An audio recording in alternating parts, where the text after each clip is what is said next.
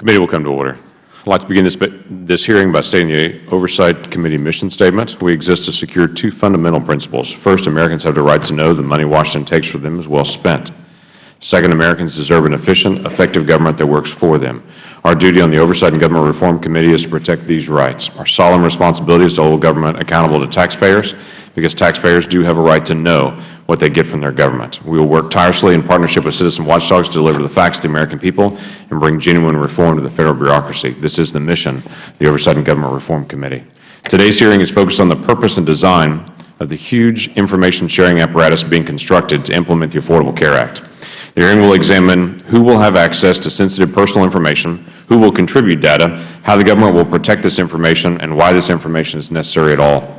We have the unusual combination of the IRS and HHS in our panel today because to accomplish the legal requirements of the ACA, they must work together to combine data from millions of people to allow exchanges to verify the subsidies and manage the intricacies of the Affordable Care Act. This is an oversight hearing on implementation of the law as well as with Homeland Security. The people giving testimony today did not write the law. They're only trying to make this confusing system work. So we get that. So we'll have a lot of questions back and forth today to be able to process on how to get this accomplished. We're not going to try to hold you responsible for the original law, but we will have decisions about the variety of decisions that you have made to prepare to implement and enforce the law. The other large amount of information sharing raises the risk of identity theft and other types of misuse. This risk is even more pronounced since the Department of Health and Human Services has missed several of their own self-imposed deadlines, and we'll want to know where we are on that. A document obtained for GAO revealed that as of April 2013, the Department had only completed 20% of its work to establish appropriate privacy protections and capacity to accept, store, associate, and process documents from an individual applicant. Today, we hope to hear about the progress of the other 80% of that work. 2 weeks ago, Treasury announced that they would delay the employer mandate until 2015. Just days later, the administration released another 650 pages of regulations that limited the degree of applicant verification required by exchanges during the first year of implementation. Instead of verifying, applicants will now be on their honor system for the subsidy. The potential for fraud and honest mistakes are multiplied since no one understands this law, the subsidy standards, how the administration defines a qualified employer health plan, or a myriad of other issues. While I believe that the employer mandate is a terrible public policy that's already hurt hundreds of thousands of Americans through fewer jobs or reduced work hours, the administration cannot just rewrite the law on the fly. Moreover, because of the Rube Goldberg construction of Obamacare, the delay in the employer mandate and the refusal to do proper applicant verification means that the federal government will waste billions of dollars next year subsidizing people's health insurance who are ineligible for coverage under the law. The IRS has recently become highly politicized under this administration around the implementation of the ACA and the rights of people from all political perspectives to operate on a nonprofit and in a nonprofit organization. After the passage of the ACA, the IRS Commissioner Schulman visited the White House over 100 times in a 2-year period to discuss Obamacare implementation. Schulman's predecessor at IRS, Mark Everson, shared his concern at an Oversight Committee hearing last year about the problem with the IRS being so deeply involved with Obamacare and the serious threat this poses to the historic independence of the IRS. Sarah Hall Ingram has led IRS's implementation of the Affordable Care Act for 3 years. She was originally invited to testify at this hearing. However, because she may be also intricately connected to the IRS's targeting of conservative nonprofit groups, I have accepted Acting IRS Commissioner Werfel's offer to testify in her place. There are many questions and issues facing the IRS, but today's focus is on the data hub and on data sharing that is required because of the ACA. I welcome Commissioner Werfel's testimony today. Marilyn Tavenner, Administrator of CMS, finally, after a very long process there as acting, is also here today to field questions related to the Federal Data Hub. Hopefully she's prepared to address specific concerns about the possible cyber-related attacks, as well as a recent AP story from last weekend that the uninsured could fall victim to fraud, identity theft, or other crimes at the hands of some of the very people who are supposed to help them enroll. I welcome the attendance of all of our witnesses today, and we'll spend time introducing everyone in the moments ahead. With that, I'd like to recognize the Ranking Member of the Oversight Committee, Mrs. Spear. Mr. Chairman, thank you, and I thank you and Chairman Meehan for calling today's important hearing. I thank all of the witnesses for being here to participate. The Affordable Care Act extends health insurance coverage to tens of millions of uninsured and underinsured Americans to help them obtain necessary medical care. Already, millions of Americans have directly benefited from the Affordable Care Act. 2.5 million young adults, my son being one of them, now have health insurance on their parents' plan. The parents of over 17.6 million children with pre-existing conditions no longer have to worry that their children will be denied coverage. More than 32.5 million seniors have already received one or more free preventative services, including the new annual wellness visit.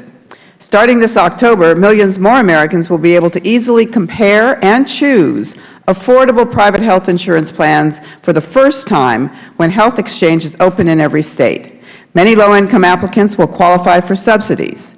Those shopping for insurance will no longer have to worry that they will be denied coverage because of a pre-existing condition, or worry that one serious illness and hospital stay will exhaust their lifetime limits, leading them to financial bankruptcy.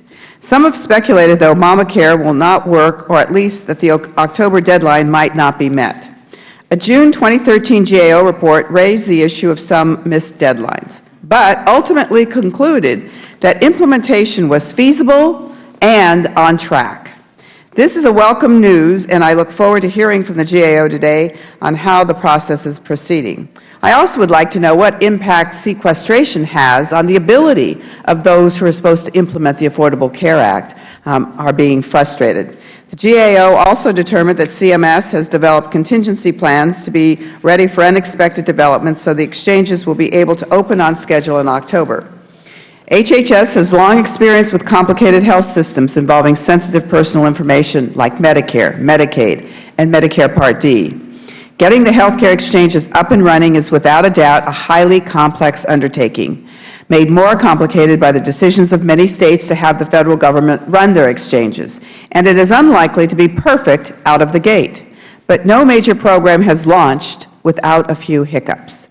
I am pleased there are concrete plans to mitigate any disruptions of the exchange system and to ensure the integrity of data hub communications between HHS, the IRS, DHS, and the Social Security Administration, states that other agencies involved in determining applicants' eligibility. At the same time, the scope of this new program requires that we ensure that it is carried out in a way that protects the privacy and security of those applying for insurance and prevents fraud by those seeking subsidies. The privacy of enrollee information is non-negotiable.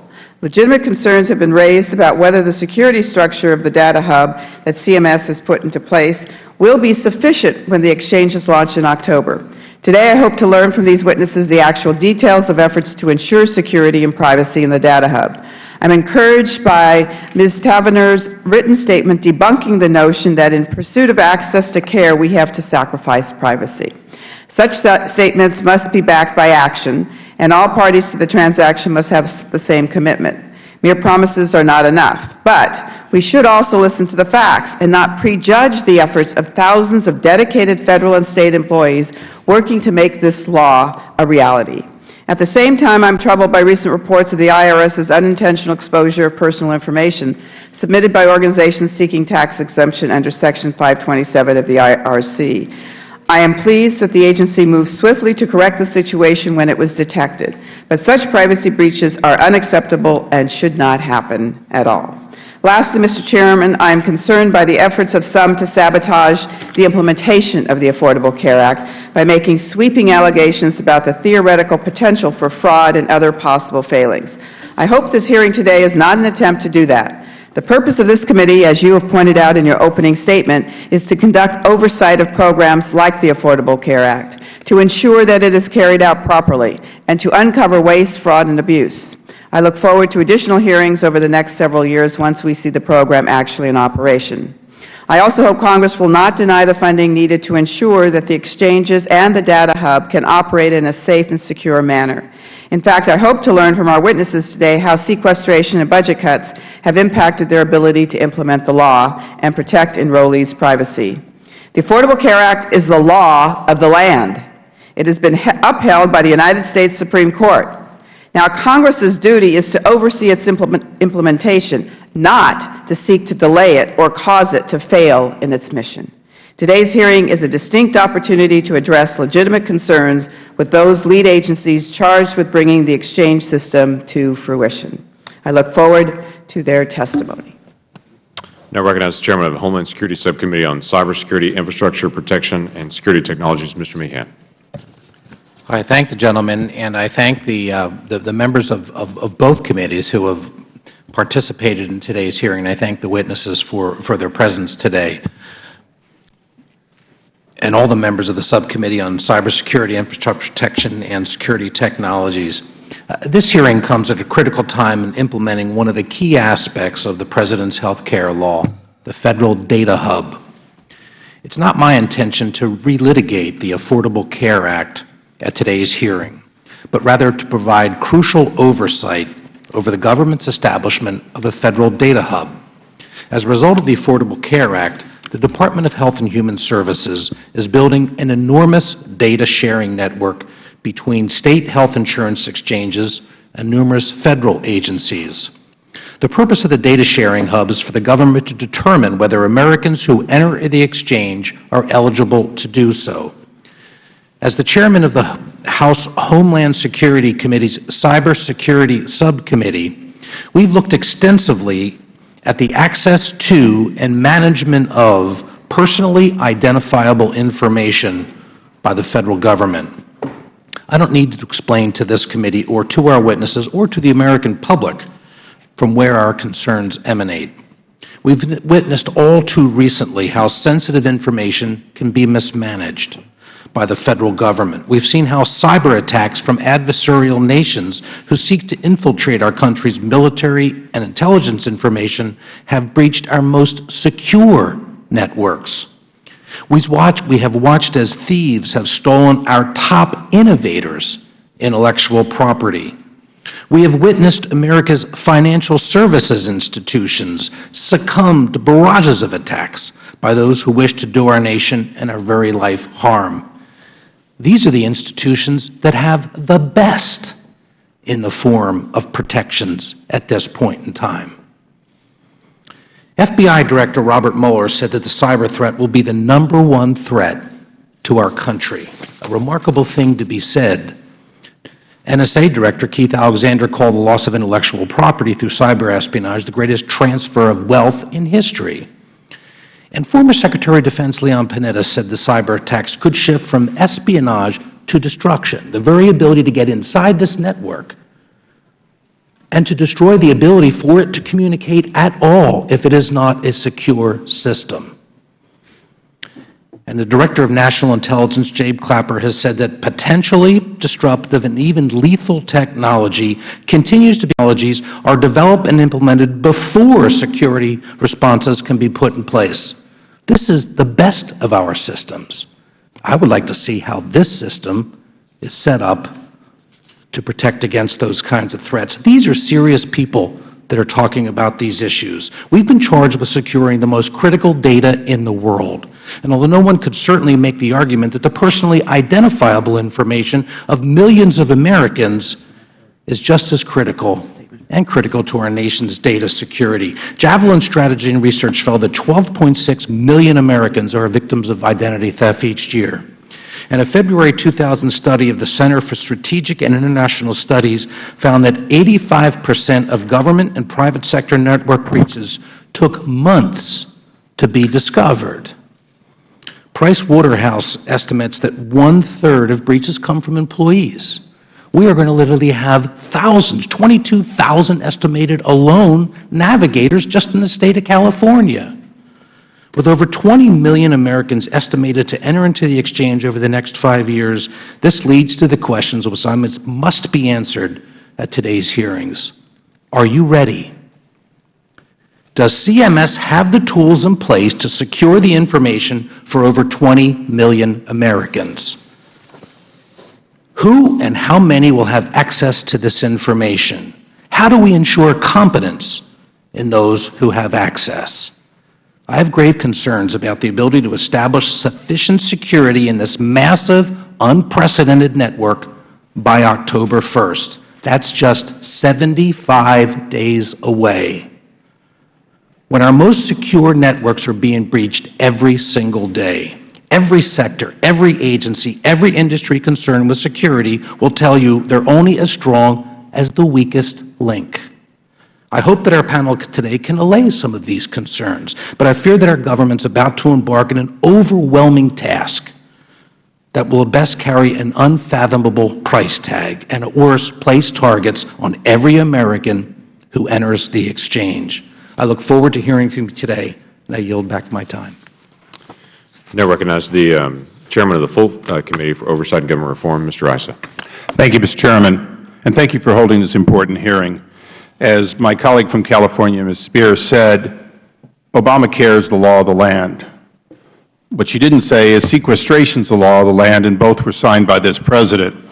So my expectation is that the President has to know that he has to live within the budget he signed. He has to live within the funding he signed.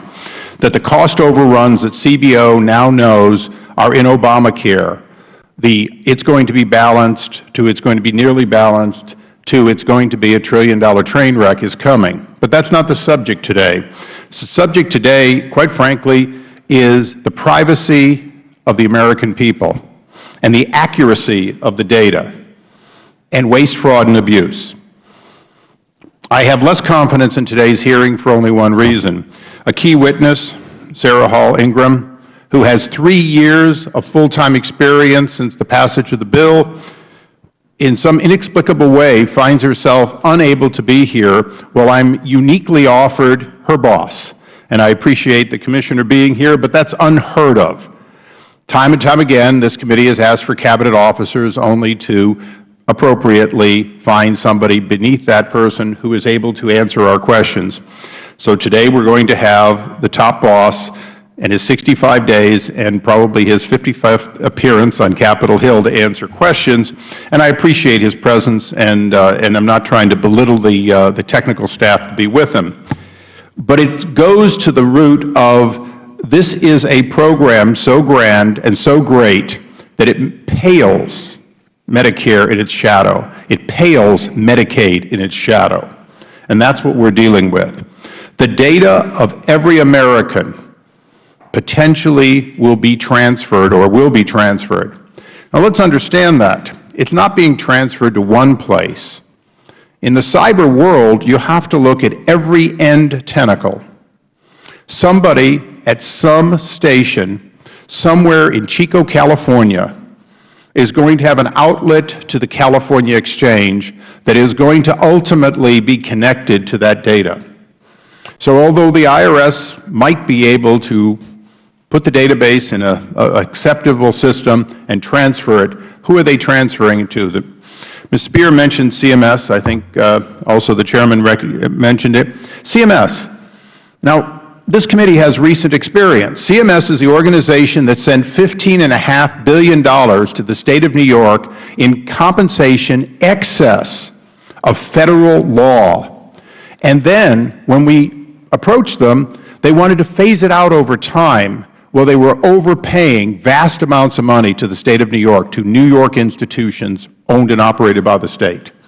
That wasn't a long time ago. Mr. Chairman, that was this Congress. We still don't have that $15.5 billion. So when we talk about waste, fraud, and abuse, and we talk about the disclosure of personal information, we're dealing with disclosures that occurred under the IRS's watch under this President. We're dealing with waste, fraud, and abuse estimated by the Inspector General to be greater than the Army's budget. We lose more than the Army consumes in Medicare and Medicaid. So a program that statutorily, and the gentlelady from California is right, the law is the law. The law says that we will not subsidize unless a State has an exchange. And yet, unilaterally, the President has proposed that State after State who chose not to be part of it are to have subsidies. So instead of having some States, we now will have all the States. Those who chose to do it will be subsidized. Those who chose not to, out of thin air, without statutory approval, there will be a Federal exchange that will then be subsidized. Those are some of the things. Now, the gentlelady from California is a friend and a colleague, but we differ on some parts. She thinks that Obamacare has done a lot already. I think that it has already run up the cost of health care. And when the President determines, without statutory approval, that one portion will not be implemented for an extra year. That on employers, because, of course, it's not ready. And yet he thinks that an individual mandate and the standing up of exchanges and the forcing of every individual in America into a health care plan not yet defined with a database not yet secure is okay.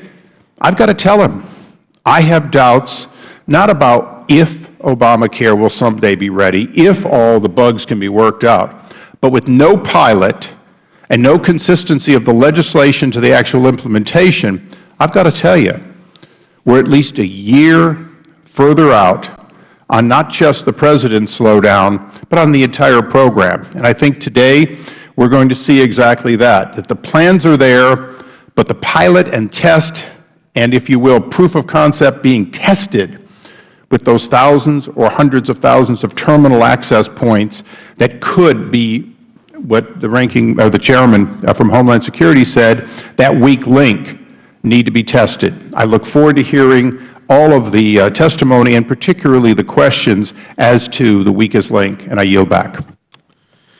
Thank you. All members will have 7 days to submit their opening statements for the record. We will now recognize our panel. Before I recognize each individual, I would like to ask unanimous consent that our colleague from Tennessee, Mrs. Black, be allowed to participate in today's hearing. Mr. Chairman, can I also request that the ranking member from the Committee on Homeland Security Subcommittee, Ms. Yvette Clark's statement, be added to the record as well? Absolutely, without objection on both of those. So ordered. Mr. Alan Duncan is the Assistant Inspector General for Security and Information Technology Services, the Office of Treasury Inspector General for Tax Administration. Mr. Terry Milholland is the Chief Information Officer for the IRS. Thanks for being here. Mr. Danny Werfel is the Principal Deputy Commissioner of the Internal Revenue Service. Mr. Werfel, how many hearings have you been in so far? The Chairman mentioned that. I think this is my 6th since arriving. Only 6? Okay. We've got to get you to the double digits faster. Well, I have another one right after this. That's true. All right, we'll do our best on that. Okay. We'd like for you to run the IRS, though, too. I'm doing that, too. Yeah. The Honorable Marilyn Tavener is the Administrator for the Centers of Medicare and Medicaid Services. Mr. Henry Chow is the Deputy Chief Information Officer and Deputy Director of the Office of Information Services at the Center for Medicare and Medicaid Services. Thanks for being here. Mr. John Dickin is the Healthcare Director for the U.S. Government Accountability Office. Thank you as well. Pursuant to committee rules, all witnesses are sworn in before they testify. If you please stand, raise your right hand. Do you solemnly swear or affirm that the testimony you're about to give will be the truth, the whole truth, and nothing but the truth, so help you God? Thank you. You may be seated. Let the record reflect that all witnesses have answered in the affirmative. In order to allow time for discussion, we would ask you to limit your testimony to 5 minutes. I think all of you have been here before, some more recently than others on it, obviously. There's a clock that's in front of you. Give you a quick countdown. Your written statement is a part of the entire record, so we will give you 5 minutes of time here. And Mr. Duncan, I think you get to be the leadoff hitter in this one. Thank you. Chairman Lang, Chairman Meehan, Ranking Member Spire, Ranking Member Clark, the members of and other members of the subcommittees, thank you for the opportunity to testify on the Treasury Inspector General for Tax Administration's views and observations on the Internal Revenue Service's information technology support for the Affordable Care Act, how tax information will be provided, and the safeguards needed to protect taxpayers' data. The Affordable Care Act contains an extensive array of tax law changes that present many challenges for the IRS. The ACA will require collaboration and coordination among many organizations. The IRS's role with respect to the ACA is to implement and administer the ACA provisions that impact tax administration. This requires developing and implementing computer programs that support the state and federal insurance exchanges and the collection of taxes, fees, and penalties that will help fund the ACA. The IRS's 2014 budget request includes $440 million for implementation of the ACA, the largest component of which is $306 million for the implementation of information technology systems and communications. The ACA health insurance enrollment starts in October 2013. The IRS will be receiving health insurance-related information starting in 2014 from many sources, including individuals, employers, insurance companies, and the health exchanges. The information technology and security challenges for the ACA are considerable and include implementation of interdependent projects, in a very short span of time, evolving requirements, coordination with internal and external stakeholders, and cross-agency system integration and testing. The IRS implementation plan for ACA exchange provisions include providing information on eligibility, calculating the maximum advance premium tax credit, and reconciling ACA tax credits with reportable income. These provisions require the development of new systems, modification of existing systems, new fraud detection systems, and the deployment of interagency communication portals. The ACA health insurance enrollment process starts when an applicant applies at the exchange. To provide support for enrollment, the IRS has developed the Income and Family Size Verification application that will provide exchanges with an applicant's tax information. Our audit of this application determined that the project was on schedule and the IRS was managing known information technology risk. However, we do have concerns that the federal tax data provided to the exchanges may not be adequately protected in accordance with the IRS's Safeguards program. To assist applicants in the exchanges with selection of the appropriate insurance premium tax credits, the IRS also developed the Advanced Premium Tax Credit application that will inform an applicant of the maximum amount of advanced insurance premium that they would be eligible to apply for. In the 2015 tax filing season, the IRS will be responsible for reconciling the advanced premium tax credit taken with actual income and family size during the tax year, which could result in a refundable credit or additional tax liability. The IRS has developed a plan to prevent and detect fraud and abuse during tax return processing that includes ACA transactions. TIGTA does have concerns that the new fraud prevention systems and/or modifications to existing fraud detection systems may not be operational in sufficient time to identify ACA-related fraud schemes. We believe the IRS needs to complete and embed predictive analytical ACA fraud models into the tax filing process prior to the start of the 2015 tax filing season. The HHS and IRS have jointly developed an interagency test plan for the upcoming health insurance enrollment. We are concerned that final integration testing for all the agency systems, communications, and the federal and state exchanges may not be completed before the start of the enrollment period in 2013. The lack of adequate testing could result in significant delays and errors in accepting and processing ACA applications for health insurance coverage. Because of the extensive changes to numerous tax code provisions, concerns related to ACA systems and security, and the need for interagency coordination, TIGTA plans to continue strategic oversight of evolving ACA implementations. Our plan requires audit and investigative resources to evaluate IRS's role in ACA programs and the protection of taxpayers' data. Chairman Lankford, Chairman Meehan, members of the committees, thank you for the invitation to appear. Thank you. Mr. Werfel. Chairman Lankford, Chairman Meehan, Ranking Members Spear and Clark, and members of the subcommittees, thank you for the opportunity to appear before you today to discuss the systems being developed to facilitate information sharing among the IRS, the Department of Health and Human Services, and other federal agencies as part of the Affordable Care Act. The IRS has been working to implement a number of tax-related provisions within the ACA. The most substantial of these provides for premium assistance tax credits to help millions of American families afford health insurance starting in 2014, when the new health insurance marketplace, also known as health insurance exchanges, will begin operating.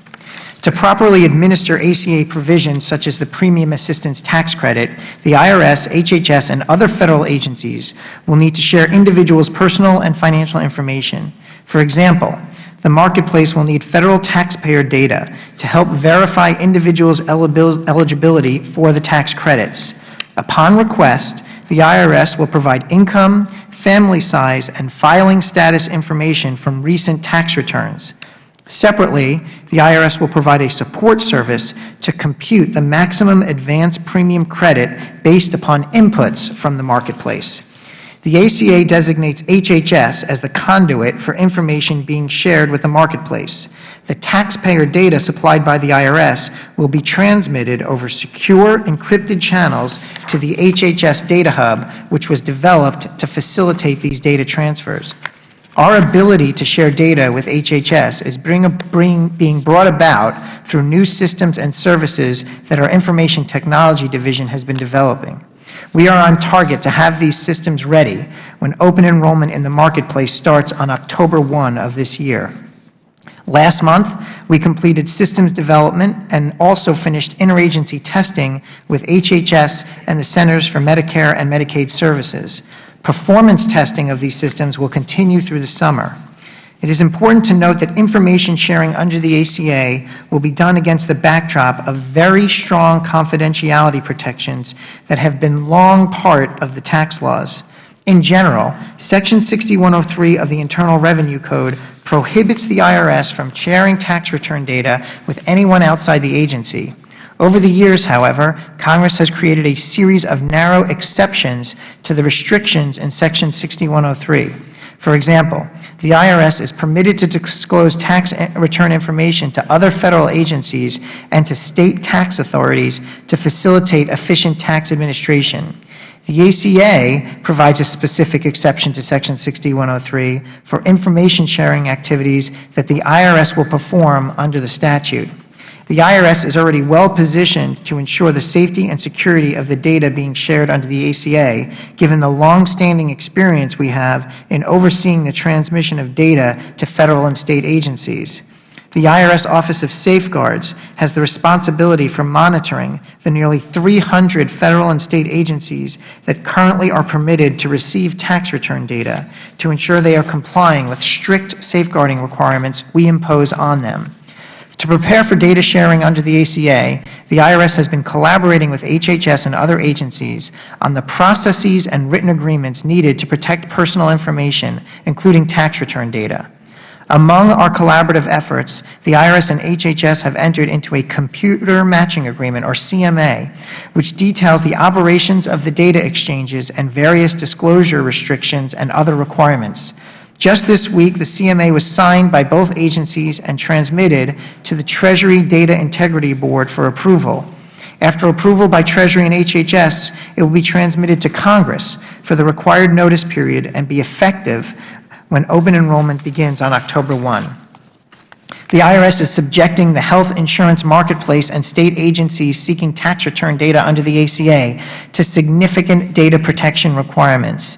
Before one of these entities can obtain tax return information, it must submit a Safeguard Procedures Report, or SPR, to the IRS for its approval.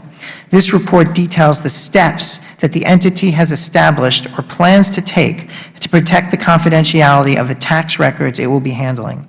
Taxpayer data will be withheld from entities that fail to establish adequate safeguards.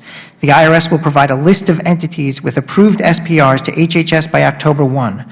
Going forward, we will provide ongoing oversight to ensure that all entities involved in data sharing continue to meet the safeguarding requirements. Chairman Langford, Chairman Meehan, and Ranking Members Spear and Clark, that concludes my statement. I would be happy to take your questions. Thank you. Thank you. Mrs. Stabner. Yeah, we need to get your button on right there so we can all hear you. Thank you. Thank you. Good morning. I'd like to thank you for the opportunity to discuss the Center for Medicare and Medicaid Services progress in implementing the IT systems in support of the new health insurance marketplace. Since the passage of the Affordable Care Act, CMS has been hard at work designing, building, and testing secure systems that ensure Americans are able to enroll in affordable health coverage. I want to assure you that October 1, 2013, the health insurance marketplace will be open for business. Consumers will be able to log on to healthcare.gov, fill out an application, and find out what coverage and benefits they qualify for. I also want to assure you and all Americans that when they fill out their marketplace applications, they can trust that the information they're providing is protected through the highest privacy standards, and the technology underlying this application process has been tested and is secure.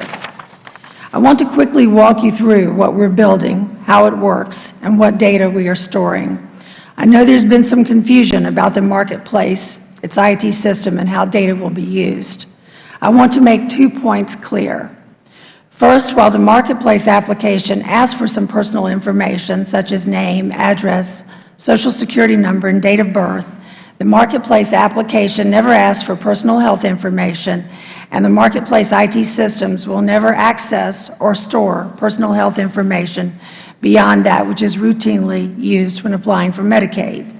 Second, CMS prioritizes the privacy and security of applicants' data. CMS designed the Marketplace IT system in a way to minimize all possible security vulnerability, and we especially focused on storing the minimum amount of personal data possible. With that clear, let's move to the first question people often ask: what is it that we're building? The Affordable Care Act directs states to establish state-based marketplaces by January 1 of 2014. In states electing not to establish such a marketplace, the Affordable Care Act requires that the federal government establish and operate a marketplace in the state, which is frequently referred to as the federally facilitated marketplace. This marketplace will provide consumers access to health care coverage through private, qualified health plans, and consumers seeking financial assistance may qualify for insurance affordability programs through the marketplace, such as tax credits. In order to enroll in an insurance affordability program through the marketplace, individuals must complete an application and meet certain eligibility requirements.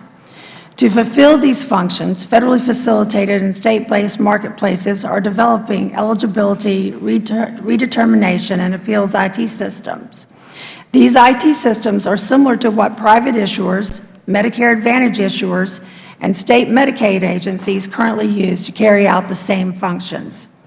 Because these IT systems that perform the basic functions of the marketplace, CMS is developing a tool which is known as the Federal Data Services Hub, which provides the electronic connection between the eligibility systems of the marketplace to already existing secure federal and state databases to verify that information is correct and that consumer provides in the marketplace application. It is important to understand that the hub is not a database. It does not retain or store information. It is a routing tool that can validate applicant information from various trusted government databases through secure networks. It allows the marketplace, Medicaid, and CHIP systems to query government databases used today.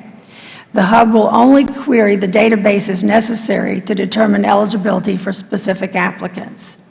The hub increases both efficiency and security by eliminating the need for each marketplace, each Medicaid agency, and each CHIP agency to set up separate data connections to each database.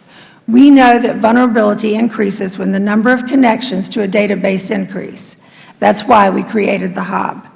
The hub provides one highly secured connection to trusted federal and state partners, databases used today, instead of requiring each agency to set up what would have amounted to hundreds of different connections. We have completed development and the majority of the testing of the hub services. All testing for the hub will be completed by the end of August. And with that, I'll conclude and be happy to answer any questions. Thank you. Mr. Dickon. Good morning, Mr. Chairman, ranking members, and members of the subcommittees. I'm pleased to be here today to discuss issues with data systems that will be a critical component of the new health insurance exchanges. As you've heard this morning, starting in October, health insurance exchanges in each state will provide new marketplaces where eligible individuals can compare and select health plans. To support the exchange's efforts to determine applicants' eligibility to enroll, CMS is building a tool called the Federal Data Services Hub. This data hub is intended to provide one electronic connection to federal sources for near real-time access to data, as well as to provide access to state and other data sources needed to verify consumers' application information. Several million Americans are expected to enroll in qualified health plans offered through the exchanges once coverage begins in 2014. My comments today highlight key findings from a report that GAO issued last month on the status of CMS efforts to establish federally facilitated exchanges in 34 states and to establish the data hub to support exchanges in all states. These findings are based in large part on our review of planning documents that CMS used to track federal and state activities, including the development and implementation of the Data Hub, as well as interviews with CMS officials. In brief, CMS has completed many activities necessary to establish federally facilitated exchanges by October 1st, although many activities remain to be completed and some were behind schedule. As examples of progress made, CMS has issued numerous regulations and guidance and taken steps to establish processes and data systems necessary to operate the exchanges. But the exchange's ability to effectively carry out eligibility determination and enrollment activities on October 1st will be dependent on CMS's successful implementation of the Data Hub. CMS expected to complete development and testing of the information technology systems necessary for the Data Hub by October 1st, as Administrator Tavner just indicated. CMS began both internal and external testing for the Data Hub in October of last year as planned. According to program officials and our review of project schedules, CMS established milestones that aim to complete the development of required Data Hub functionality by this month and for full implementation and operational readiness by September. Additionally, CMS has begun to establish the required technical, security, and data sharing agreements with federal partner agencies and states. While CMS stated that it has thus far met project schedules and milestones for establishing agreements and developing the Data Hub, at the time of our report, several critical tasks remain to be completed before the October 1st implementation. These included finalizing service level agreements between CMS, the states, and federal partner agencies, and completing external testing with all federal partner agencies and all states. In conclusion, federally facilitated exchanges and the Federal Data Services Hub are central to the goals under the Patient Protection and Affordable Care Act of having health insurance exchanges operating in each state by 2014 and of providing a single point of access to the health insurance market for individuals. Their development has been a complex undertaking involving the coordinated actions of multiple federal, state, and private stakeholders. It has also required the creation of an information system to support connectivity and near real-time data sharing between exchanges and multiple federal and state agencies. Much progress has been made. Nevertheless, much remains to be accomplished within a relatively short amount of time. CMS's timelines provide a roadmap to completion of the required activities by the start of enrollment on October 1st. However, the large number of activities remaining to be performed, some close to the start of enrollment, suggests a potential for challenges going forward. And while the interim deadlines missed thus far may not affect implementation, additional missed deadlines closer to the start of enrollment could do so. At the time of our report, CMS had recently completed risk assessments and plans for mitigating identified risks associated with the Data Hub, and was also working on strategies in each state to address state preparedness contingencies. Whether these contingency planning will assure the timely and smooth implementation of the exchanges by October 2013 cannot yet be determined. Mr. Chairman and Ranking Minority Members, this concludes my statement, and be pleased to answer any questions that you or other members of the subcommittee may have. Thank you, and thank you to all of you for your testimony.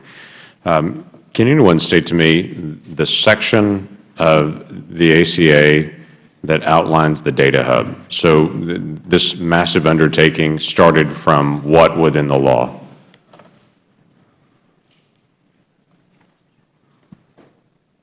Because it is a massive piece, obviously. I'm just trying to figure out what part of the law mandates that this Data Hub be created, that this is the particular vehicle to solve the problem.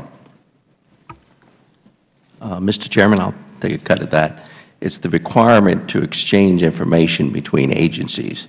We had to find a way that would easily work to connect to the IRS and particularly HHS, and then subsequently to the exchanges, also to other government agencies. When we did the architecture and design in collaboration with HHS and the other partners, we realized that the simplest design, the one that would make it more likely that we would implement on time, was a hub concept. Okay, so you're saying there's a statement within the law that requires communication between the agencies. Is this also requiring communication to the exchanges as well?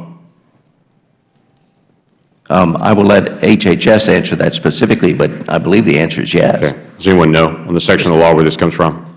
I don't believe it's in any section of the law. I think, as Terry said, we've been working together on the most efficient implementation of the requirement that is in the law for information sharing between federal agencies that are used to verify data on applications of people who are applying for. Okay, so there's a section in it that requires communication and verification on it. How much does anyone know the total cost of the hub at this point?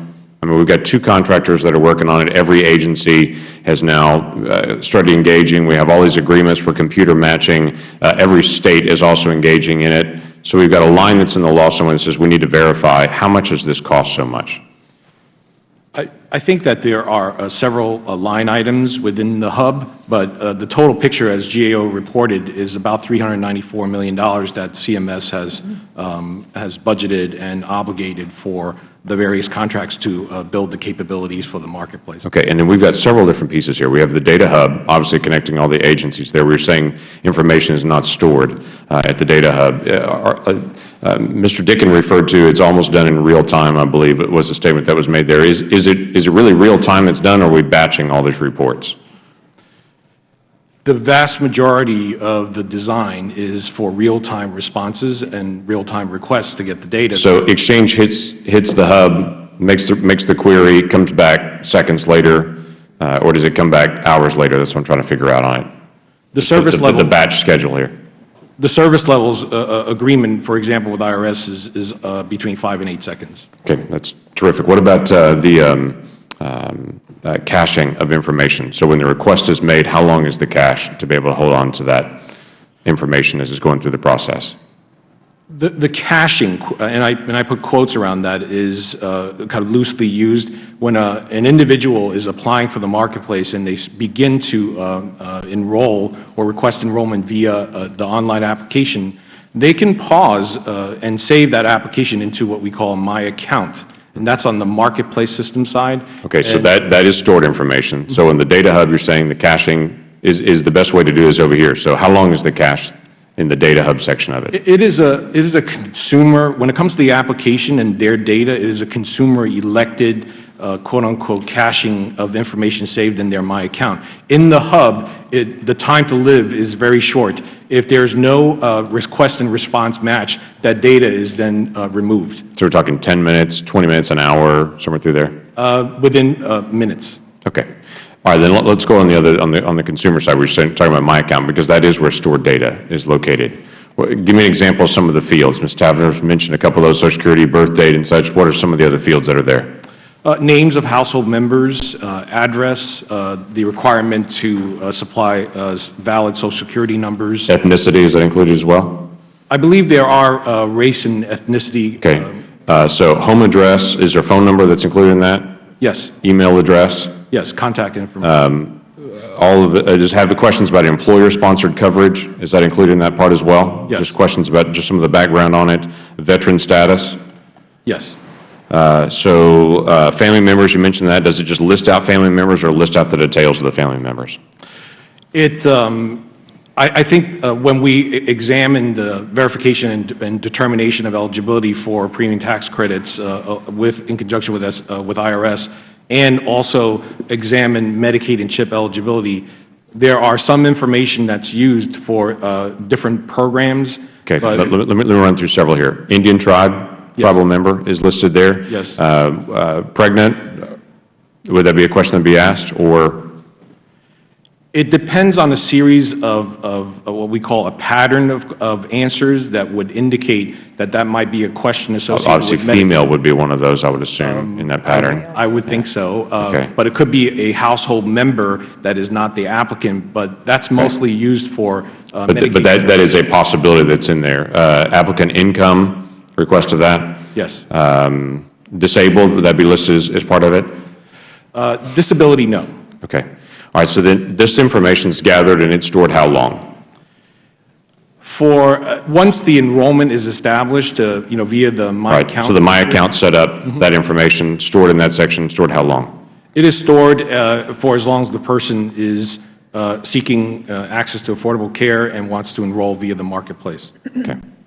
Okay, we'll have a lot of questions for you. I want to be able to honor everyone's time in the day on this, but I want to just set some basic parameters for what we're talking about, because we're really talking about two different systems. Data Hub may not store anything, but we do have a data system that is storing large amounts of information as well, and so we'll have to be clear as we walk through it and try to make sure that we're using correct terms to walk through. Is that okay? Okay, Ms. Spear. Mr. Chairman, thank you, and thank you again to all the witnesses.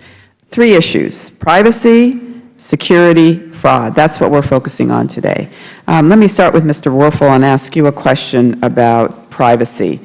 Given the number of different agencies involved, what measures has the IRS implemented to guarantee that sensitive taxpayer information is protected when it enters the data hub?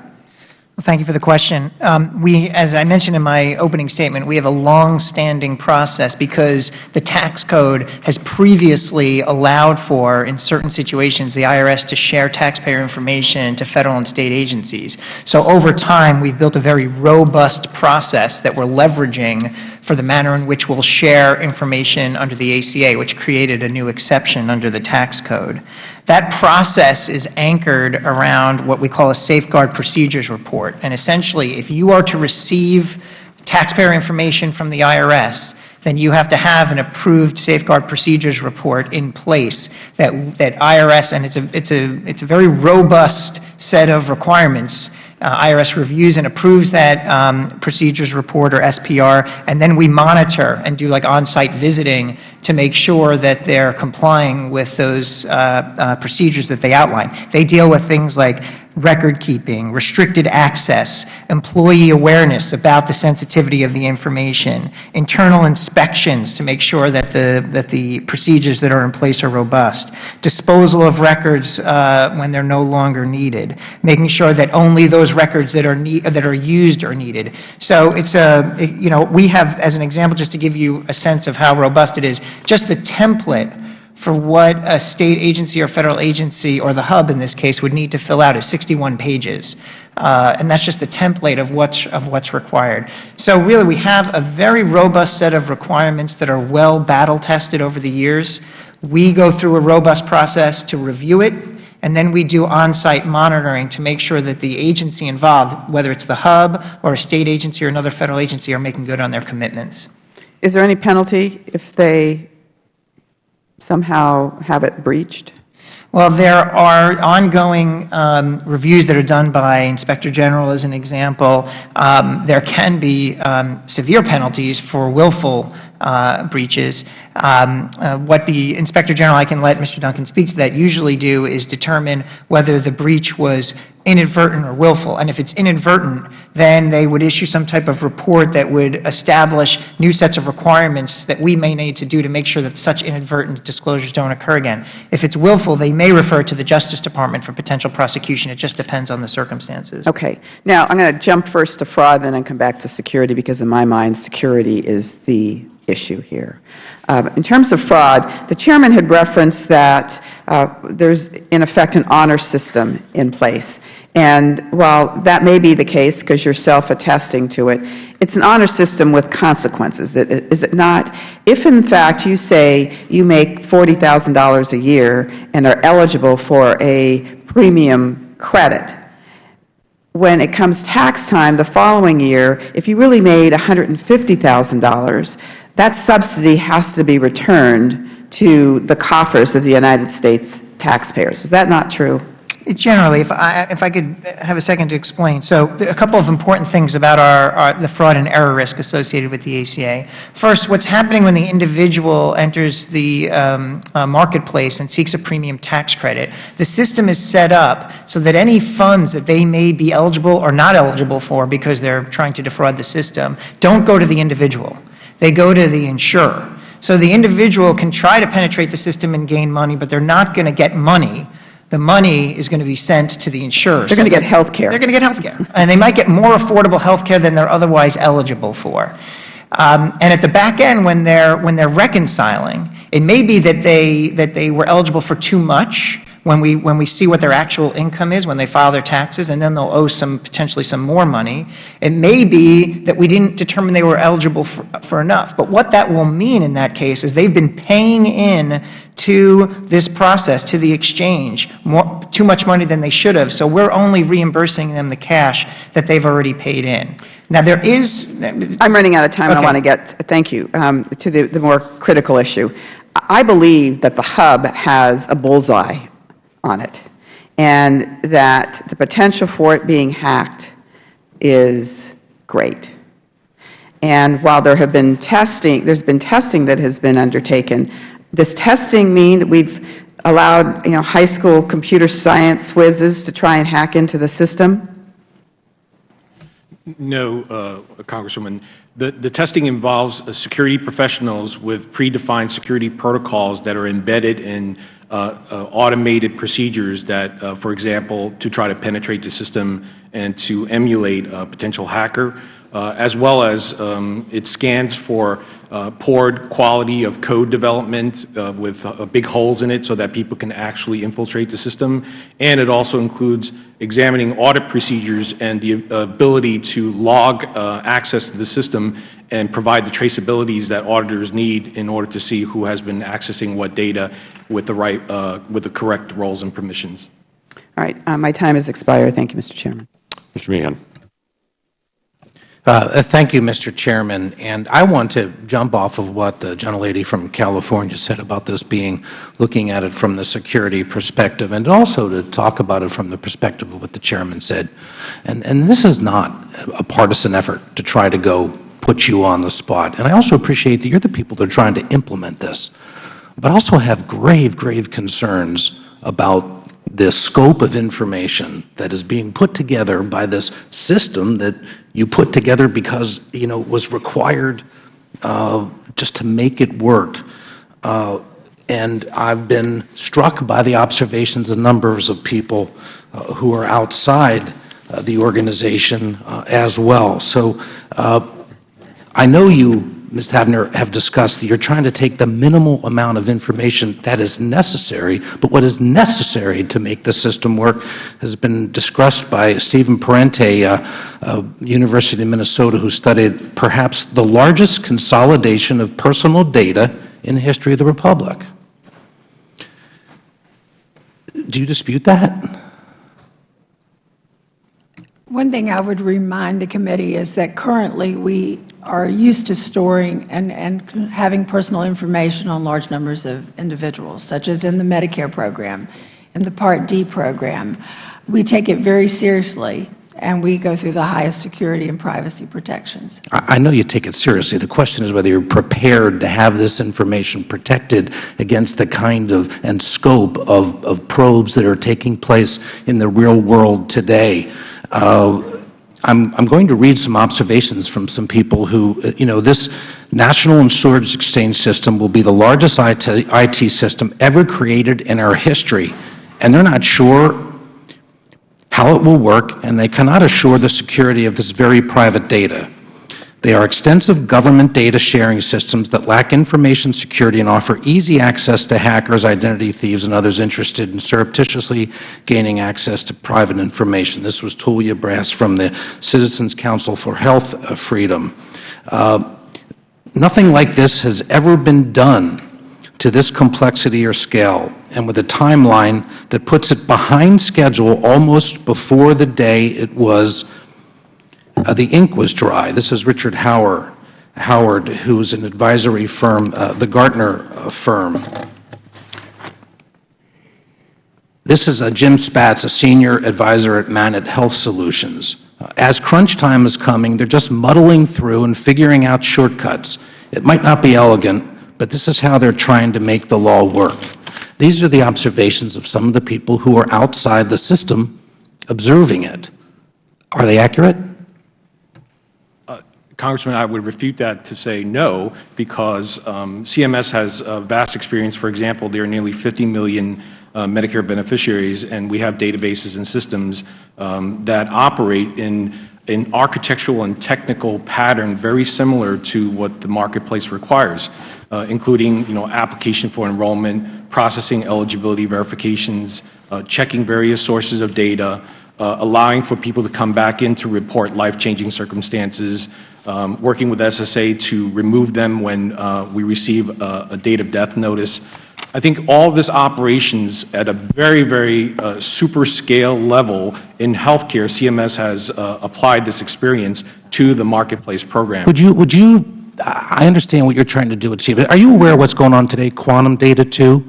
The testing thing that's being done right now on Wall Street today by the major New York banks?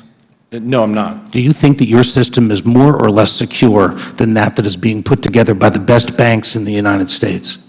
I really can't speak to that because I'm not aware of what they're doing. Well, they're walking through as we speak with regard to the ability to, that their recognition that they are, in effect, being so remarkably challenged by the ability of complex networks, be they criminal, be they state-oriented, be otherwise, to get into information systems that they have responsibility over. And I'm not sure that I'm aware of any system that has more personally identifying information than your system currently. And the question is the degree to which we're capable of being able to protect those systems. My time is expired, but I'm looking forward to following up specifically on some of the questioning with regard to that. Ms. Tavener, do you have a comment? The comment I would make is that there certainly is a lot of speculation out there about what's going on inside CMS. And what I know is that the process that we are following, we are used to working, we have lots of experience with working with big data sets, and we are following, going back to the Privacy Act of 1974, moving forward to make sure that we have the highest degree of security and privacy protection. And we are on schedule to get that done. Do you know, what is the highest degree of security protection? Do you know yourself what that is? So I know, working with the team, that we start with certain standards that are required by the government, and we follow those standards completely and thoroughly. And then we have a continuous monitoring process. We have a continuous training process. Mr. Tavener, let me ask a question. When was the last time that you have sat in on a secure briefing by the FBI or the Department of Homeland Security giving you the current state of the cyber threat to data systems in the United States? I don't know that I've sat in on an FBI briefing. We certainly have briefings inside HHS, and I did say— No. I asked you a specific question. The two agencies that have the specific responsibility to understand the scope and nature of the threat, are you telling me that you are the person who is responsible for putting together what may be the biggest data system of private information in the history of the United States, according to testimony of numbers of people, and you have never been to a secure briefing by the FBI or Homeland Security about the current nature of the threat to data systems? And I am telling you that I have been to a secure briefing. With whom? By HHS or FBI? With HHS. Well, but that is not Homeland Security, is it? No, sir. No, it is not. Nor is it the FBI, who are the two responsible for understanding the nature of the threat. I will pursue my questioning. Thank you, Mr. Chairman. Mr. Clark. Let me thank you, Chairman Lankford, Chairman Meehan, and thank Ranking Member Jackie Spear for submitting my testimony to the record, and thank you, witnesses, for your testimony here this morning. My first question will go to Mr. John Durkin. Your report on the development of the Affordable Care Act Data Hub is the first of its kind for these healthcare programs, which means we're still learning about how to go about assessing the progress of the effort. You noted that 15 of the 34 states where federal health officials are running the exchanges will play some role in their operation, and this is a good sign. With about 7 million citizens expected to enroll in healthcare plans, would you tell us first about the key milestones that have been met and the plateaus that have been reached in such a massive undertaking? Thank you, Ranking Member Clark. You're right that our report did look at some of the key milestones that had been met. We issued our report last month and highlighted some of the progress that had been made, notably issuing key regulations and guidance that are necessary for establishing the exchanges in the data hub, establishing, building and developing and implementing some of the data systems that are necessary, and beginning some of the process for testing that is still ongoing. Since our report came out last month, there have been some other public milestones that have been met. I know that CMS has relaunched the healthcare.gov website. There are still a number of big challenges remaining, though. Our report does highlight that there are still a number of key milestones that do need to be met before October 1st and the open enrollment. So I'd like to also hear from agency staff present about what milestones they feel have been reached and how they see their progress. For CMS, we manage and administer the majority of the testing with the key business partners, which are the issuers or insurance companies that offer qualified health plans in the marketplace. We began testing with them in June extensively and stepping into greater and greater iterations of more complex testing that involved enrollment that are orchestrated with the issuers and their ability to receive an enrollment transaction and an acknowledgement and finally into a payment and a payment acknowledgement. The states, we have been testing extensively since February, so those have been major milestones. Starting this week, we've conducted the testing in waves, and states have been coming in various waves. 1 through 4 is what we categorize it, with 4 being the vast majority of the more complex testing with the hub primarily, and the ability to receive information when a federally facilitated marketplace is detecting potential for Medicaid and CHIP eligibility. That testing in the 4th wave began this week, and we have 40 states participating. And when the 40 states are testing with us, we will have all the states that have done some level of testing with us, with the 40 probably being the vast majority between now and August. Does anyone have anything else to add? I would just add from the IRS perspective, we also, similarly to HHS, are on schedule. We have a variety of information technology builds and upgrades that are necessary to meet the information sharing requirements within the ACA, and that we're generally on target with respect to all of those milestones. And we have a very high degree of confidence of readiness when October 1 hits and the open season enrollment begins. Well, that sounds good. Let me go on and ask, can you update us on the Federal Data Services Hub testing activities, including the list of tests, which agency and stakeholder tested the data hub in each event, the results of each test, and when the testing will be complete? We certainly can do that. I can generally run through right now in just a few minutes, but I think working with GAO and other folks that want to come in and take a deep look at the range and depth of our testing by testing partner, we can certainly provide that information. It is available. The testing that will occur in the next 70+ days or so is largely looking at what was mentioned earlier as integration testing. Some folks like to use the term end-to-end testing as if there is just this one giant thread from start to finish of all these complex processes that have to, in essence, have a handshake to move this data and respond to data in order to fulfill the request for enrollment.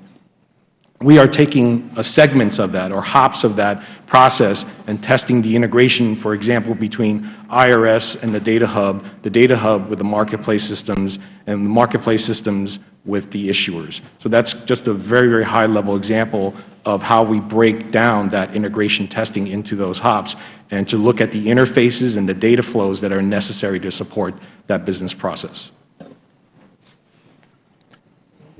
And if you could submit to the committee just a little detailed testing arrangements, that would be something that we'd like to have. We can certainly do that. Thank you, Mr. Chairman. Are you back? Thank you. I recognize the Chairman of the Full Committee of Oversight, Mr. Issa. Well, he's not here right now, so he had to slip out. Mr. Jordan. I thank the chairman. Mr. Werfel, we've been given two titles for this individual. We've been given the title Project Manager for the Affordable Care Act and Director of the IRS's Affordable Care Act Office. Who is that individual? I'm sorry, can you repeat the two titles? Project Manager for the Affordable Care Act and Director of the IRS's ACA Office. Isn't it true that individual? Yeah, I mean, I think I'm just, we have title changes, but I think you're referring to Sarah Hall Ingram, yeah. All right, and how long has Ms. Ingram worked at the Internal Revenue Service? I don't know the answer to that. Our records show that she's worked there since 1982, 30 years, and prior to taking over the ACA office, what was Ms. Ingram's title? Commissioner for the Tax-Exempt Government Entities Organization. And this is the very organization where the targeting of conservative groups took place, isn't that correct? It is the organization that was the subject of the IG report that I think you're referring to. Yes, and this is also, Ms. Ingram was also Lois Lerner's boss, isn't that correct? I believe for a period of time, yes. When the targeting took place, for 2 of the 3 years that the targeting took place, according to our records.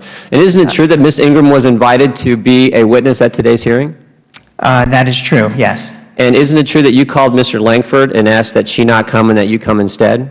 What I told Mr. Langford was based on the topic of this hearing, which deals with data integrity, and privacy, that I felt that Mr. Mulholland was a better technical expert because he's our Chief Technology Officer, and Ms.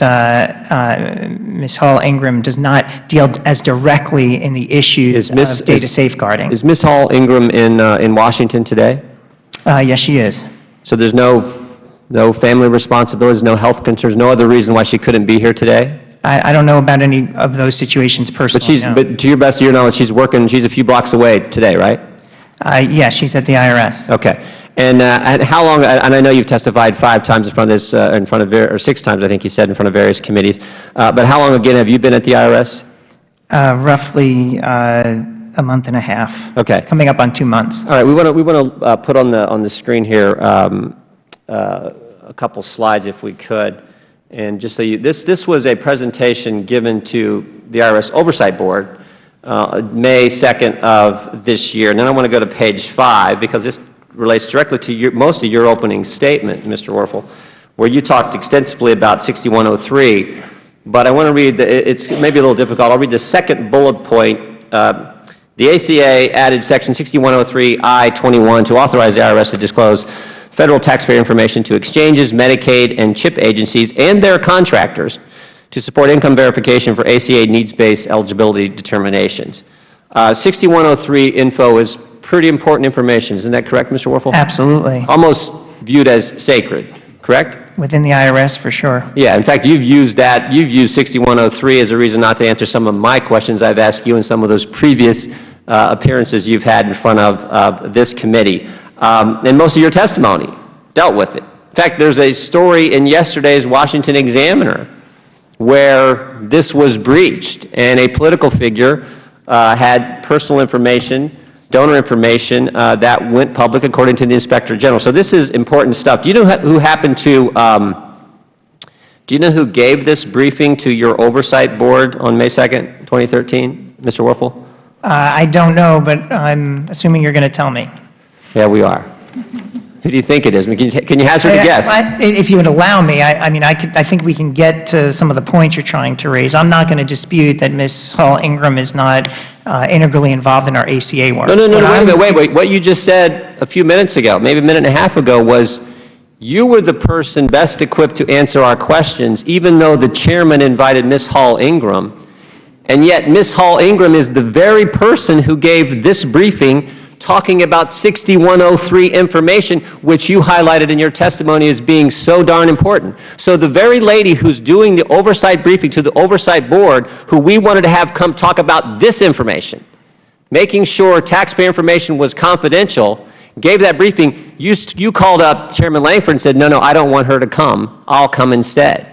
And you've been here all of 63 days. She's been here 31 years, since 1982. In fact, she's the central figure in the two of the biggest stories in the country, the IRS targeting and the implementation of Obamacare. And these two gentlemen asked her to come, and you called up and said, nope, we don't want the lady who briefed the Oversight Board. We don't want her to come. I'll come instead and use my 63 days of expertise versus her 32 years, 31 years of expertise. Due respect, Mr. Werfel has presented himself very, very competently in every hearing. Mr. Chairman, did I yield the time? I don't think I yielded the time. Yeah, the gentleman did not yield on it. I want the gentleman to be able to retain the time. Yeah, you can respond. I hope you will respond. I will respond. Mr. Werfel absolutely will give you the time to be able to respond. I appreciate that. First of all, Congressman, I don't agree with your characterization of the nature of my phone call with Mr. Langford and the reason why I and Mr. Milholland are sitting here today. What I feel is appropriate and what I think IRS historically feels appropriate is when there's a hearing, we balance a lot of different factors in figuring out who the best witness is to present the information to Congress. Two of those factors are accountability, and I'm the most senior accountable official within the IRS. I understand that. And second is technical knowledge and expertise on the subject matter. The hearing invite that we received asked us to pay particular attention on our coordination with other agencies, HHS and IRS coordinations, regarding safeguards of the personal data of individuals who purchase coverage through the exchanges. So what I suggested to Mr. Langford is a combination of me, the most senior accountable official in the organization, and the Chief Technology Officer of the IRS, Mr. Milholland, Mr. would Werfel, provide the best input to the substantive I get it, content Mr. of this hearing. and I respect that.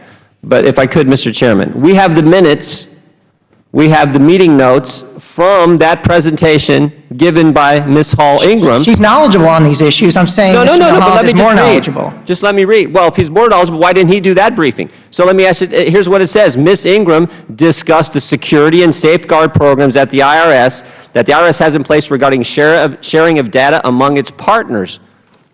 If he's the expert, he should have done that briefing.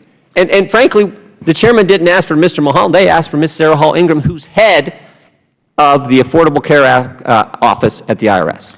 Mr. Chairman, I yield back. But, I mean, look, we got the two biggest issues, maybe the two biggest issues in the country. The lady who's at the center of the storm in both of those, we asked her to come here, and she doesn't come. Even though she's briefing everybody else on the issue, she won't come brief Congress, just like Lois Lerner won't talk to Congress. Mr. Chairman, I have a point of inquiry.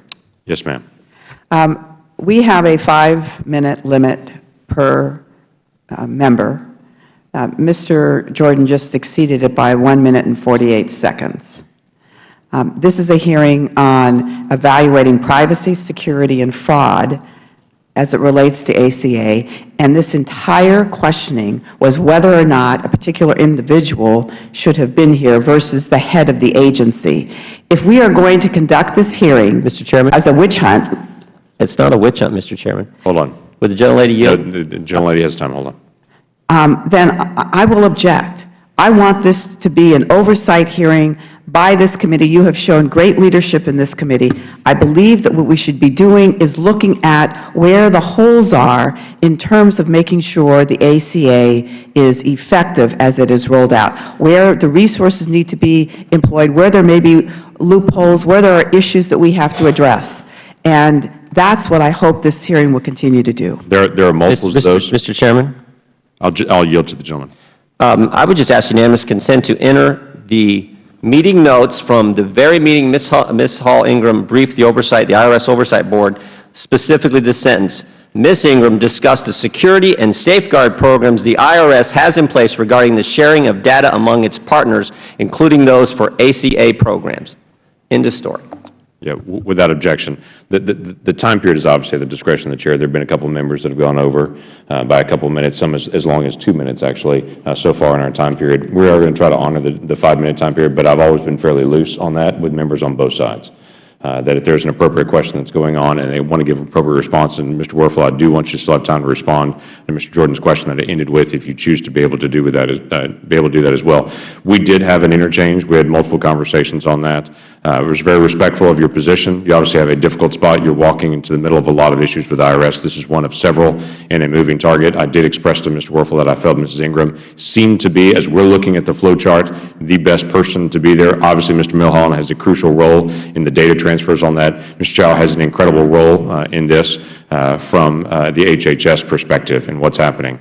A lot of what we're dealing with deals specifically with the regulatory nature of that. So, Mr. Werfel. The only thing I would say, and I can be very brief, is that there are multiple people within the IRS with substantive understanding of the issues of 6103 and the safeguarding.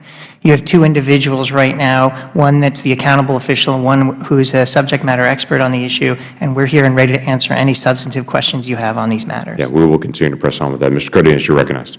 Thank you very much, Mr. Chairman. I would like to compliment the witnesses so far. It must be pretty trying to stay on point, even though some of the questions are trying to take us all off point here. And it's unfortunate that some members of this committee and this subcommittee are just hell-bent on wanting to bring issues back before the public that really are not as relevant as the substantive issues as to why this hearing was even convened. But I'd like to get us back on point. In an opinion piece published in the U.S. News World Report in June, Congress Representative Diane Black made allegations about the data hub that we're talking about today. I'd like to mention one in particular and would invite the panel to comment and clarify, if necessary, about this information that was put out to the public by Congresswoman Diane Black. Congresswoman Black wrote, and I quote, "For the purposes of implementing and enforcing Obamacare, the Department of Health and Human Services, through regulator FIAT, is building this hub, a web portal where personal information such as medical records, tax and financial information, criminal background, and immigration status will be shared and transmitted between agencies including the IRS, HHS, the Department of Justice, Department of Homeland Security, and the Social Security Administration, as well as state governments. And that's the end of that quote. Ms. Taverner and Mr. Chow, can you clarify, will personal medical records be accessible through the data hub? No, they will not be. I think the quote or the description is a bit inaccurate in terms of it doesn't describe about the flow of information, the type of data, and certainly we are not collecting personally identifiable health information on any individuals throughout this application process. Anything else on that point? Okay, thank you. It's important that there perhaps should be penalties for any misuse or disclosure of information. As far as you can tell, would there need to be congressional approval to implement levels of civil or criminal penalties for those who would willfully and knowingly violate privacy laws?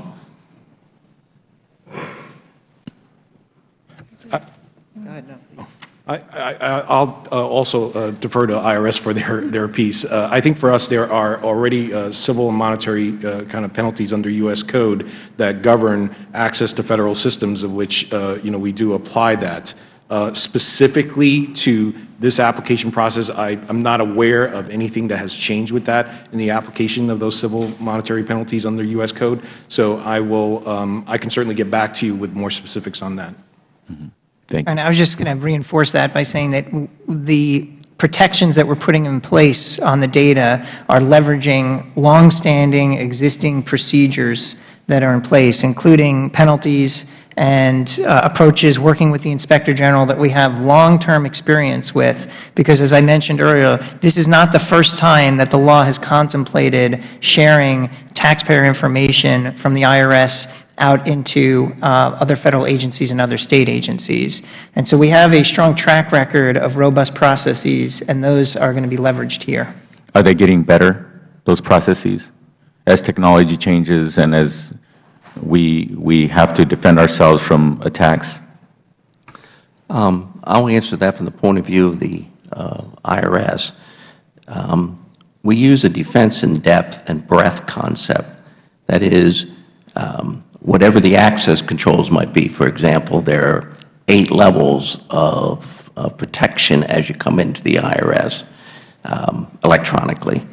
But there's also a breadth approach that says not just access controls, but preventative measures you might want to take for insiders, say, and a number of implementations of technical capabilities that allow us to try to detect if there's inappropriate access to the information.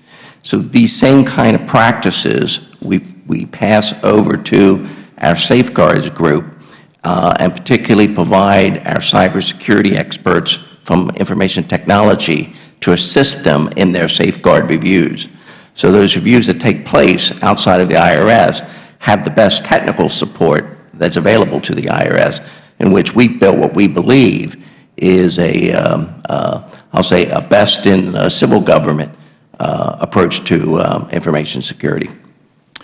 Thank you very much. With what little time I have left, I would like to thank the panelists. I think you've been doing a really good job trying to stay on point and continuing to answer the questions as honestly and forthrightfully as you should be before any congressional hearing. And I would hope that you would share with your colleagues whenever they're summoned to this committee or any committee to watch this tape so that you can show them that you can stand your ground and don't succumb to badgering and things of that nature trying to get you off point. Thank you so much for your professionalism. I yield back. Mr. Walberg. Thank you, Mr. Chairman, and thank you to the panel for being here. And we're not going to attempt to badger in any way, but we would like answers to questions as quickly as possible. Ms. Tavenner, thank you for being here. Let me ask you, in relation to the HHS issuing a final rule that requires a taxpayer enrolled in a health plan through a state exchange to report certain changes in circumstances within 30 days. These include changes in residency, as I read it, and income. Is that accurate? I believe so, but I'd have to double-check the rule. Well, let me follow up, hoping that maybe this will help. The question I would have, if indeed this is the case, a 30-day requirement, if I get a raise, if I get a demotion, if I start a new job, if I lose a job, am I required to run to my state exchange and notify them of those changes? Mr. Chow, if you could. Commissioner Warfeld mentioned earlier that the process allows for a reconciliation via the tax return filing process of any advanced premium tax credits that were paid on your behalf to the issuer that you enrolled in. And while we, on a consumer, kind of customer service perspective, ask people to report it as early as possible. Well, it says 30 days. Yes, yes. But you're going to be flexible on that? Well, I think by requirement, it's 30 days. But if something were not to be, kind of reported in that time span, and we are recommending for people to report changes timely, there is the reconciliation that will kind of pick up any adjustments that are necessary. So even if I leave a state where my exchange was, or my marketplace, I guess is a new term, I will have some flexibility on reporting. Correct. Okay. Let me move on. Ms. Tavenner, this is just a yes-no series of question and answers here. Will exchanges be allowed to enroll individuals to receive advanced premium tax credits even if their income cannot be verified by the IRS? Yes or no? Well, I think there are several steps, but yes, there is a possibility that if their income can't be verified, they can still be eligible after they complete another series of tests. Will exchanges be allowed to enroll individuals to receive advanced premium tax credits even if their household size cannot be verified by the IRS? I think household size is verified by the individual, and to the extent that IRS can provide it, but yes, there are additional steps, including self-attestation. Will exchanges be allowed to enroll individuals to receive advanced premium tax credits even if their citizenship status cannot be verified by the Department of Homeland Security? As you are aware, the Affordable Care Act only allows if we are able to verify citizenship or a program. Well, in this case, they're saying they are. There's no firm verification. So another flexible area where we're really uncertain whether benefits are allowed or not allowed, right? We would allow. Go ahead. The process works in that when there are accurate data sources to verify against what's on the application, it is done so online in real time.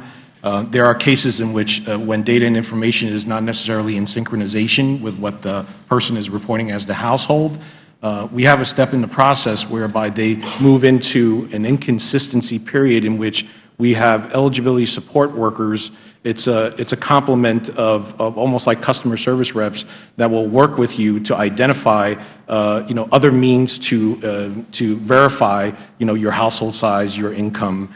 And while it's a kind of a labor-intensive process, we have built that in so that we can get as accurate as determination and enrollment as possible. But while it's going on, it's very uncertain. No. Citizenship status. Well, for the consumer's sake or the household's sake, the process continues and they move on to receiving coverage and enrollment in a QHP. But we're in the back end making sure that that data is accurate. Will exchanges be allowed to enroll individuals to receive advanced premium tax credits, even if their Social Security number cannot be verified? No. That process will go into that inconsistency or exception process, and that's probably a pretty early, kind of step in the process, because the first thing we have to do is to validate a Social Security number via SSA before we talk to IRS with that validated Social Security number. If they haven't had any previous tax returns, for instance? Well, that's why. How do you verify this? That's why we have that inconsistency process whereby for 90 days we will work with the applicant filer to make sure that that information, the required information, is validated on the application. Mr. Chairman, my time has expired. Thank you for the additional time. This is an uncertain setting, isn't it? It is. Ms. Llewellyn-Grisham. Mr. Chairman, thank you very much, and I also appreciate the opportunity to talk about the readiness and capability and make sure that we're covering broad consumer protections, specifically privacy. I might point out before I get to my question that states for decades have been collecting financial and health care information for Medicaid recipients, including children, and working very hard, as the technology opportunities have enhanced to make that interoperable and real-time so that individuals aren't doing independent applications by hand between one department that's covering developmentally disabled populations and another department that's doing brain injury, and another department that's responsible for level of care, and another department that's required to do the financial verifications, including going to their bank statements, and we're doing that successfully. And in fact, after 20 years, I'm not aware of a single state that's had privacy issues as the core issue by any stretch of the imagination, or those consumer protections. We've had issues about Medicaid implementation, effectiveness, some fraud by providers, and all things that we should be looking after, but I'm not aware of anything, including hospitals and their discharge work and their own Medicaid eligibility, sending provider to provider and provider to state, in fact, the very same information that we're now going to do at the federal level. So I'm happy to say that New Mexico is one of those states that's glad to help you do this, because we've been doing it successfully in many of these components for a long, long time. But to be successful, I'm concerned, and you might have covered this already, I'm concerned about having a budget that gives you the staff, that checks, that double checks, that makes sure that you're meeting the requirements that we intend in Congress, both for consumer protection and to make sure that we get these eligibility issues streamlined effectively, since we're using a web-based aspect here. So the Republican budget out of the Appropriations Committee cuts your budget by 24%. And I recognize that this committee is concerned about IRS issues. I'm concerned. Introduced legislation that would clarify that exclusive means exclusive for 501c4s. I don't believe that there's been targeting, but I think we don't have the right processes involved to do it adequately and objectively and correctly. So this will, I think, help us. Commissioner Werfel, can you talk to me again specifically about what a 24% budget cut does to adequately and efficiently implement the requirements of the Affordable Care Act by the IRS? It's extremely challenging in general. I think when you talk about a 24% budget cut for the IRS, you have to start with the reality that all of our mission-critical activities will be severely impacted. That means our ability to collect revenue, it work with taxpayers to help them navigate the tax code, do enforcement, go after bad actors who are seeking to defraud the system, meet other mandates. We have many legal mandates on our plate right now.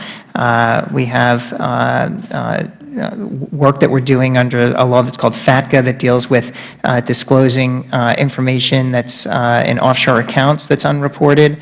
We have legal mandates under that. So when you talk about a 24% cut, you really are negatively impacting taxpayers, small businesses, individuals, families. So this has effects well beyond the Affordable Care Act. Absolutely. And while before I lose my minute, I want to make sure that you hit some of the specifics about the Affordable Care Act, and I want you to highlight that for every dollar that comes into the IRS, that includes the staffing resources to do the work that you're required to do, it brings in about $6 federal dollars. And for me, this seems like a very political attempt to undermine the implementation of the Affordable Care Act instead of what this committee in particular should do is to make sure that the IRS can meet all of its obligations under current law. Right, so I think the ACA tracks some of the broader responsibilities for the IRS, our efforts to modernize. And here for the ACA, we have to build technologies to meet these mandates. That certainly would be impacted by severe budget cuts. Our ability to work with taxpayers, whether on the phone or build new tools through irs.gov, so they have clarity, whether it's an individual or an employer. We do that in the tax law generally. It would certainly be impacted by the ACA. Harder to get someone on the phone, harder to get information at a taxpayer assistance center, et cetera. And then we have protecting information. You know, we have people in place that are doing these reviews and oversight of agencies that hold taxpayer data. Significant and severe budget cuts would impact our ability to secure the data. And then obviously enforcement. There's been a major theme in this hearing about fraud. We have to have tools in place, both technology and analytics and expertise and criminal enforcement to make sure that everyone's playing on a level playing field and no one's getting a benefit or money that they don't deserve. Everything I just said, I think, is relevant across the IRS. Everything I just said is relevant to the ACA. And I welcome a debate and a dialogue around the IRS budget, and in particular what a 24% cut would do. Again, my bottom line is I think it's important to look at it through the perspective of the taxpayer, the individual, the small business, the large business, the nonprofit, whatever it is. They will face very significant concerns and consequences with the 24% cut to the IRS because they won't be able to access critical service because the tax code doesn't go away. They still have to comply with the tax code. They still have to comply, and they often seek and get IRS help in doing so, and our ability to provide that help and assistance will be compromised. Mr. Chairman, I'm well over my time. I seek the committee's indulgence for a quick follow-up. Yes. Quickly. So you're going to have to move staff and shift your priorities. Have you thought about where you would start? Give me that. Where would you shift personnel to meet the Affordable Care Act implementation? Well, we're already starting, you know, if you look at the sequester impacts, we're already, for example, our taxpayer assistance centers are closing at 1:30 now, and so less people are getting in. Our call centers have less people sitting ready to take calls, so our level of service numbers are going down. Okay. I mean, the budget cuts that we faced $1 billion between 2010 and 2013, which in part is due to sequester, are impacting our ability to serve and to enforce. Thank you. Thank you, Mr. Chairman, for your indulgence and the committees as well. I yield back. Recognize the Chairman of the full committee, Mr. Issa. Thank you. Mr. Werfel, when did you start at OMB? August 4th, 1997. And you've got 63 days or so in your current job. Yeah, I'm coming up on my 2-month mark.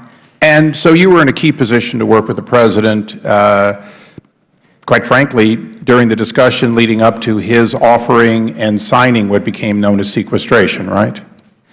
I was not involved in the Budget Control Act negotiations. I was involved back in August 2011 when the Budget Control Act, my role was to work with the Treasury Department to prepare administratively for a potential breach of the debt limit, but I wasn't on the side of okay, well, I'm just trying to understand the revisionism that's going on here. OMB did have a critical role broadly in the decision that the President made to go for sequestration. So, you know, you're sort of feigning that this is so terrible when, in fact, this was the President's decision, and now that it's become law and it's affecting you, you're saying you can't do your job. Well, I appreciate that that may be true, but let's go through some numbers. Well, you were at OMB. You opposed the Data Act that was passed unanimously out of this committee. To a certain extent, you were helpful in making sure the Senate never picked it up. Now, the reason for the Data Act was to mandate structured data so that interoperability of government databases with strong enough metadata to secure and ensure that confidential information would always be in a way that it could not accidentally go from field to field in some sort of a mix, so that organizations like the IRS, when they want to look at SEC and they want to look at multitude of filings, would be able to look at that data transparently in order to do better audits with less people. Isn't that roughly what we sold to the Senate, but they didn't buy? As I've testified before this committee wearing my former hat, I personally, and I think the administration agreed with the objectives of the Data Act. Our concerns were not about what you were trying to achieve, it was the how, and we were concerned about some of the additional bureaucratic layers of new organizations in place with roles and responsibilities on data standardization, which is what caused us our concerns. You know, what's amazing is I didn't get offered one amendment from the administration in order to perfect that, and candidly, what we're talking about here today, data security and the comfort level that interoperable databases, and particularly those that are exposed to non-IRS employees, which will be every piece of information that we care about almost when it comes to our tax records and earnings, and ultimately the health care information, is not going to be covered by a mandate, but rather by good intentions. Let me go through one quick question here. As part of this process, this committee has been looking at the IRS and figured out that you gave $260 million, but a total of about $500 million was given to a company that was at best a shell and perhaps a fraud. This committee had their CEO there recently, and you've had to finally cancel that contract. But on July 4th, 2013, CMS awarded a potential 5-year contract worth $1.2 billion to a British company, Serco. Now, at least our information is that the FBI has also discovered Serco's computer systems serving with the Federal Thrift Savings Plan were hacked. In other words, these people who are going to run in this data have already compromised, according to the FBI, 123,000 Social Security numbers. Additionally, the FBI has discovered that, I'm sorry, that's a repeat. Additionally, they're also being invested in Britain at some point. I guess my question is, Serco has an incredibly large contract and a proven, as of right now, failure